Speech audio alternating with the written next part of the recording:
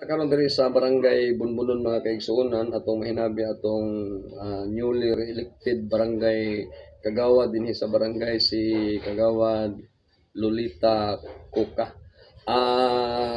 What unsay imong mga pasalamat sa imong mga kining botante ni atong niabla yung eleksyon ug labi na gyud sa inyong bag-ong administrasyon karon nga mosulod sa imong mga mensahe Wad.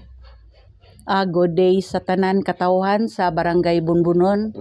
Ako magpasalamat ninyo sa inyong suporta nga inyo kong gi-re-elect sa election karon last barangay election.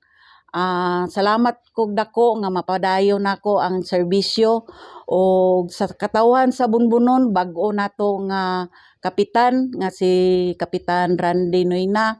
Hinaot ko nga kaning administrasyon namo nga magmalambuon lang unta og suportahan nato si Randy Noyna nga ang ato ang barangay magmamalambuon og madasigon nga mo hatag kaninyo serbisyo.